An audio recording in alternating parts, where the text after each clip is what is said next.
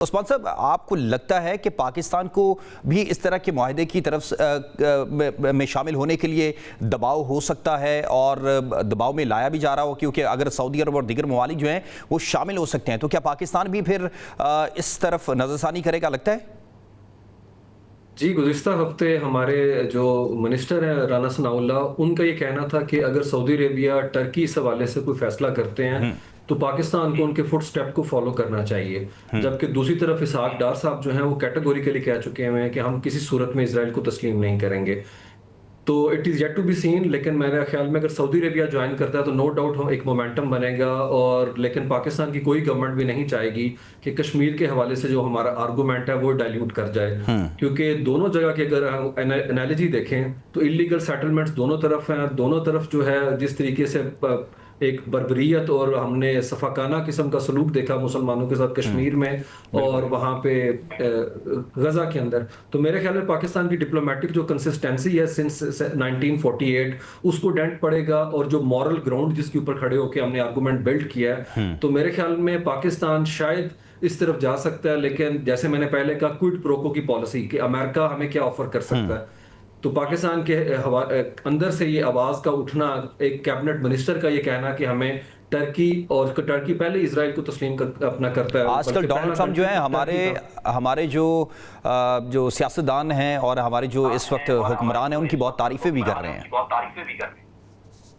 मेरे ख्याल में इसकी पॉसिबिलिटी हो भी सकती है, लेकिन इसकी जो डोमेस्टिक कॉस्ट है वो पे करना पड़ेगी, क्योंकि अवाम जो है वो इस मसले को लेके बहुत टची हैं, बड़े संजीदा हैं इस हवाले से बैतुल मक़दस के। लेकिन मेरे ख्याल में अगर गारंटी मिलती है इजराइल की तरफ से, जो कि बड़ी मुश्किल है नेतन्याहू की गवर्नमेंट के होते हुए, कि वो गजा को उस तरीके से ही ट्रीट करें जिस तरीके से गजा के लोगों का मुतालबा है फ़लस्तीनी 2 नेशन स्टेट के हवाले से, उसी तरह उन्हें खुद मुख्तारी दी जाए, सालमियत के तकाजे पूरे किए जाएं उनके, तो मेरे ख्याल में कोई रीज़न नहीं पाकिस्तान की कि उसको तस्लीम ना करे। लेकिन मेरे ख्याल में नेतन्याहू की गवर्नमेंट इस चीज को कैटेगोरिकली बता चुकी हुई है। उनके बेन गवीर जो सलामती काउंसिल के मिनिस्टर हैं, उनके जो स्मोट्रिच हैं फाइनेंस मिनिस्टर, उन्होंने कहा हम गवर्नमेंट को टॉपल कर देंगे, गिरा देंगे, क्योंकि ये इत्तेहादी गवर्नमेंट है। अगर नेतन्याहू ने किसी तरह का मुआहदा किया सोमवार को जाके डोनाल्ड ट्रंप के साथ, और इन्हीं 2 वॉर कैबिनेट के मिनिस्टर्स पे यूरोप में पाबंदी है एंट्री के ऊपर, नॉर्वे ने, ऑस्ट्रेलिया ने, कनाडा ने और यूके ने लगाई हुई है। लेकिन प्रॉब्लम यहाँ के ऊपर वही है जो पहले हमारे फेलो पैनलिस्ट बात कर रहे थे कि डाइकोटमी है, हिपोक्रेसी है वेस्ट की, कि आप उन पे पाबंदी लगा रहे हैं अलामती तौर के ऊपर, लेकिन दूसरी तरफ आप उन्हें वेपन भी सप्लाई कर रहे हैं और आप वेपन की एम्बार्गो वहां पे नहीं लगा रहे। यहाँ पे एक पॉइंट मेंशन करने की बड़ी जरूरत है कि हमने देखा कि वेस्ट में जो यूनिवर्सिटी से शुरू होने वाला एहतजाज था वो सिर्फ वेस्टर्न कैपिटल की सड़कों तक नहीं रहा, अब वो एक बाकायदा सियासी तहरीक बन चुका है, जिसकी हमने एग्जाम्पल न्यूयॉर्क के अंदर देखी है। बिल्कुल।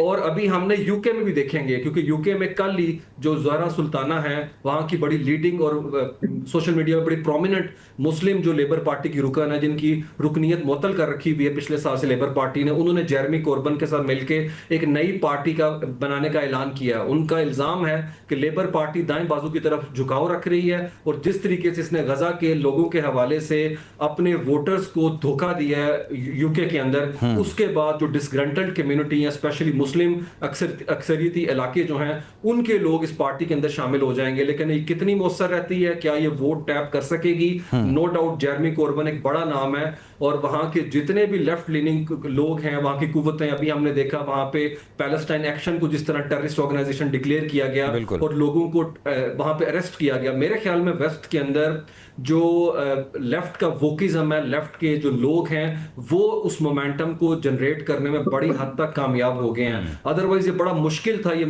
कि दुनिया के बिलियनर जहां रहते हैं, जहां पे सबसे बड़ी कम्युनिटी ज्यूश कम्युनिटी है, वहां न्यूयॉर्क के अंदर एक जो डेमोक्रेटिक स्टैब्लिशमेंट है उसके एंड्रयू कोमो को हरा के एक गुजराती, एक मुसलमान जो है वो इस जगह तक आ जाएगा।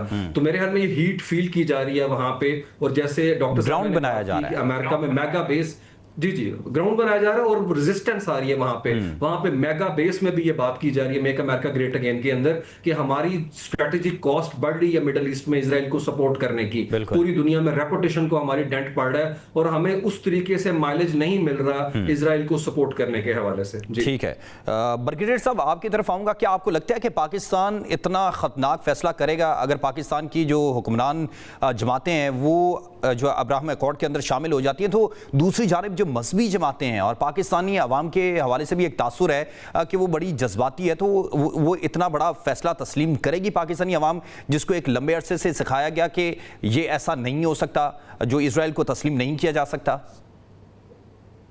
देखिए जी, पहली बात मैं ये बता दूं कि अमेरिका की डीप स्टेट हो जाए और इसराइल की जो ज़ायनिस्ट कंट्रोल जो लॉबीज हैं, जो अमेरिका की ये तमाम फाइनेंशियल और इंस्टीट्यूशन को कंट्रोल करते हैं, ये जूस हैं, इनका एक इतना गठजोड़ है, इतना खौफनाक गठजोड़ है कि जो मर्जी अमेरिकन पब्लिक कर ले, जो मर्जी बरतानिया की पब्लिक कर ले, इन्होंने करना वही है जो ये चाहते हैं।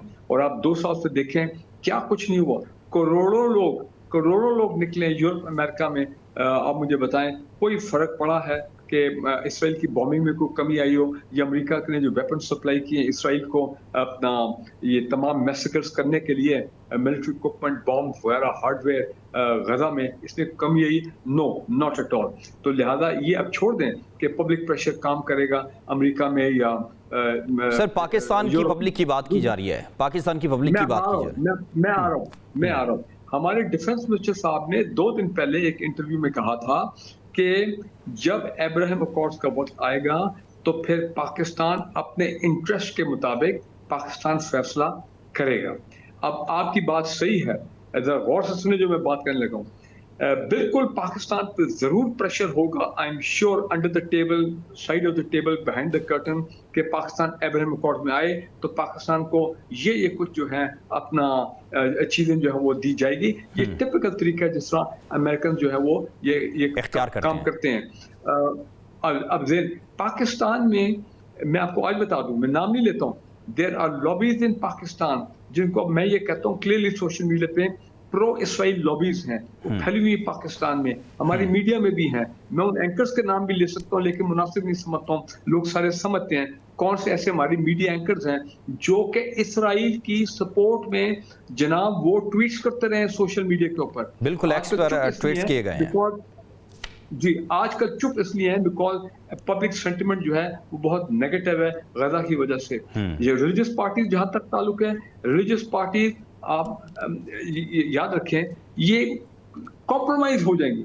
When the time will come, ये किसी न किसी तरीके कॉम्प्रोमाइज हो जाएंगी। हाँ, वो जलसे निकालेंगे, जलसे करेंगे, जुलूस निकालेंगे, शो डालेंगे, लेकिन मेरा ख्याल है फिर मैं क्या वो लफ्ज़ इस्तेमाल करूं भाई, जब आप उनको कोई अपना लालच देंगे करेंगे, जब जी देखें बहुत कुछ होता है, एवरीथिंग हम तो देख रहे हैं पिछले 30-40 साल से।